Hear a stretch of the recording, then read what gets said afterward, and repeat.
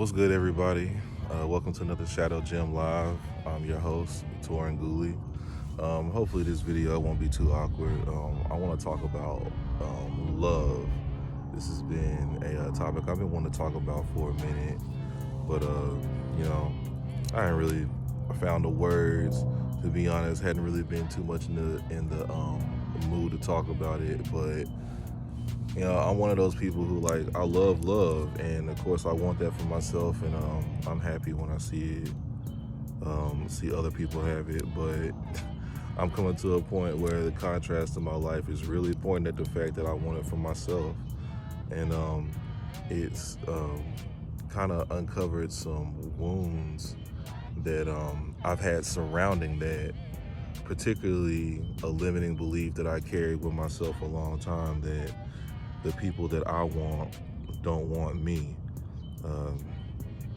That's been my experience as far back as when I first started dating to as recently, I hear a lot of people can relate to that. It seems like the people we want don't want us, and the people we don't want us. And it's really all about finding out what you want, like I've come to believe. I've come to find out, I've come to find out it's all about, number one, knowing what it is you want, first of all. And then, here's the hardest part that I'm figuring out, is believing that it's out there and it's for you. It's just like your life dreams or life goals and everything like that, love is one of those. Nobody wants to be alone. But the catch-22 is you have to be okay with being alone. It's about being comfortable in your own skin and not bending to your temptations and, I don't want to sound preachy, fuck. But not bending to temptation or, staying disciplined to your, what's the word I'm looking for? Boundaries, yeah. Staying true to your boundaries, staying true to your values and stuff that you want, out of a partner and out of your life, And, dude, that's hard to do. When that phone dry and that bed cold, that's hard to do. At least it has been from my experience, because it's look, I'm a really passionate, affectionate person. It's that type of interaction, or to be in love, the one and only time I think I actually ever was, I'll never forget that feeling. And yeah, again, like I was saying earlier, once you come out of that situation, you thought somebody was going to be one thing for you and it turned out to not be that. Now it's fuck, will I ever find this again? While I was talking to her, I kept on saying things like, man, if this ain't it, then who, then who? Well, I feel like that experience was to show me that the answer to that question is me. That's who. I got to a point where, it didn't start off like this, but once I realized that, or convinced myself, or I started to believe that I was in love with her, that's when my everything became about her. And I panicked because even though I had nothing to worry about as far as losing her or anything like that, my fear of losing her, my fear of not having that, outweighed my feeling of having that, and my feeling of having that in the moment. And that's what I acted out of, and that situation ended up not working out. And I blame myself for that for the longest. And I realized that neither one of us were perfect, and neither one of us did what was ideal in that situation. But at the same time, if it not had been for that situation, I wouldn't have started this YouTube channel. That's at the end of the road. I wouldn't have well, I ain't gonna say I wouldn't have got my shit together, but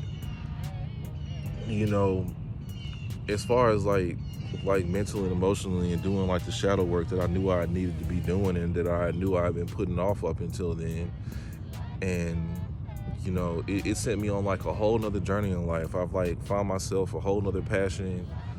I fucking like found myself, period, you know? So it's like, so like, what do I want now? You know? All I want is peace. Somebody to add to that. Like, I just want to have fun with somebody. Like, that's all it really is. Like, God, like, and that's another thing. Like, this insane amount of pressure, especially people around our age, like millennials, from the 25 to 35 range. Like, we put this insane amount of pressure on just the idea of a relationship. Like, there's this thing that like I see people talk about all the time, is like dating with purpose. I'm not dating unless I'm dating with purpose. The fuck does that mean? Like, your purpose is to be happy. You know what I'm saying? The purpose of dating is to find somebody to add to your happiness. I mean, like, look, I don't have to fucking, I'm open to marriage, but I don't have to. I'm open to living with somebody, but I don't have to. I'm open to having more children with somebody, but I don't have to. And the reason why I say I don't have to is because I realize like what I actually do have to have: love, support, security, respect. Those things I can have without any of that other shit that we try to force on people or make requirements to be with us and shit. But anyway, back to me. Dude, it's crazy. I'm having to go through fucking go through years, a decade of heartbreak, find myself, go through all this shadow work, fucking rediscover a passion, all kinds of shit, just to find somebody to lay up and watch anime with. That's really like my ideal relationship. Like, look, like, I don't need you to fucking be my power couple other half. I don't need you to fucking be my like emotional rock or anything like that. Like, I don't want to feel like I can't live or do shit without you. I want to know that while we can do whatever we want, we're choosing to be with each other. That's what's more powerful than anything. It's like when you give a motherfucker a choice and they choose you, it doesn't count if they don't do that, if you don't do that for them, So anyway, and then the second thing I've kind of like, another thing I realized is that like, there's really nothing that you can do. Like, I look at every relationship that I've been in, I didn't do anything to start them. Like, they pretty much just fell in my lap. My first relationship was somebody who I just so happened to work with. My second relationship is, I was literally just walking around and I got a notification from PO fucking F. And I should have known right then.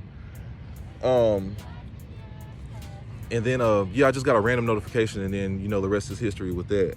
And even the person who I was just referring to that I felt like I was in love with, I mean, even then, like, I met on a dating app, I had no control over that. It's like, you have no control over this thing.